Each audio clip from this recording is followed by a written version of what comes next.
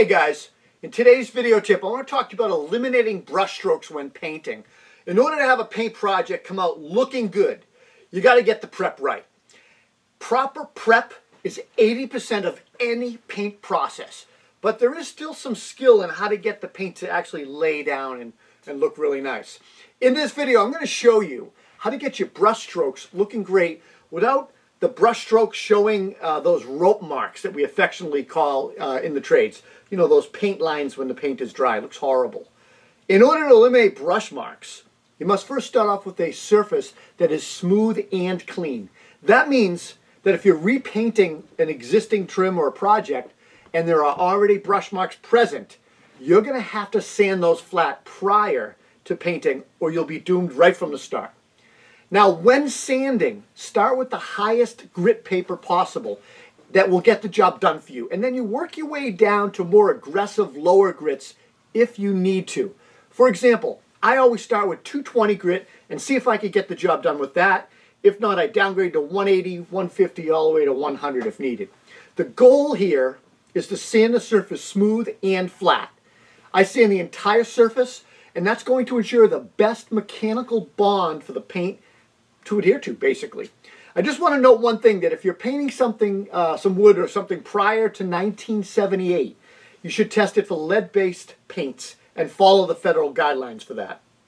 All right, let's move forward. Once you finish sanding, I then use a chip brush, and I basically use the chip brush and a HEPA vacuum and simultaneously brush the crevices and vacuum the entire surface. I find the brush is way more effective than a tack cloth in getting into those nooks and crannies of the molding and trim part. It's important that you properly control airborne dust, vacuum the whole area, control humidity in the room you're painting in, eliminate airborne dust, and ensure that your painted surface is free of dust. Now once we're done with that, we're ready to prepare our paint. You don't just open the can and go. The secret to laying down oil paint, or even latex paint for that matter, is to pour the paint into a working bucket and then thin that paint about 5% with either paint thinner and penetrol if you're using oil paints, or Floetrol for latex paints.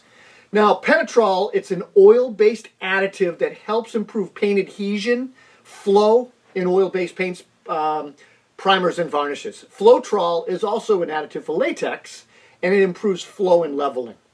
Now when you're thinning paint, thoroughly stir the paint until you're ready and you reach that proper viscosity. So how do you tell when you're ready? Well, here's a tip. When you pull the paint stirrer out of the bucket and you allow the paint to drip down that bucket, the paint, when it hits the surface of the paint level in the bucket, it should disappear. It should level itself out, basically flatten out, and you end up with a smooth surface. That's how you know you're ready and you've reached the proper viscosity and you're ready to apply paint. Now here's a tip. If the paint is not coming from a new can, brand new, you should strain the paint to eliminate any debris and clumps and stuff like that.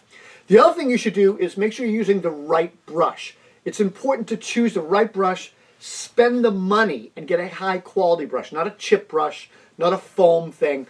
A good quality brush holds more paint and applies it more evenly. I like Worcester and Purdy brands. And I look for brushes for oil. I look for natural bristles made with animal hair. The natural bristles, the bristles have this like flagging or splitting fuzzy tips. And now those brushes actually tend to hold more paint and release it more smoothly. And then for latex, I look for a good quality latex brush. Now when we're applying the paint to the surface, once the trim is clean and you've controlled the air, dust, thin the paint, you're ready to go.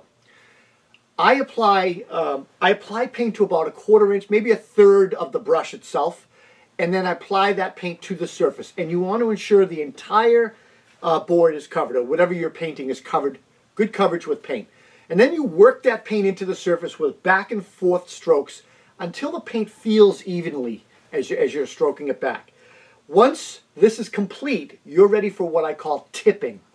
Now, basically, I usually tap my brush, make sure it's free of any loose paint, and then I take the tips of the bristles and I apply a gentle tip stroke from one end of the board to the opposite end, and you just tip it across. Now when tipping, Use a continuous stroke, start to finish, from end to end, and brush in the same direction, left to right, left to right. Once you've done this, just leave the paint alone. Don't go back over stuff, especially if it's starting to tack up or dry.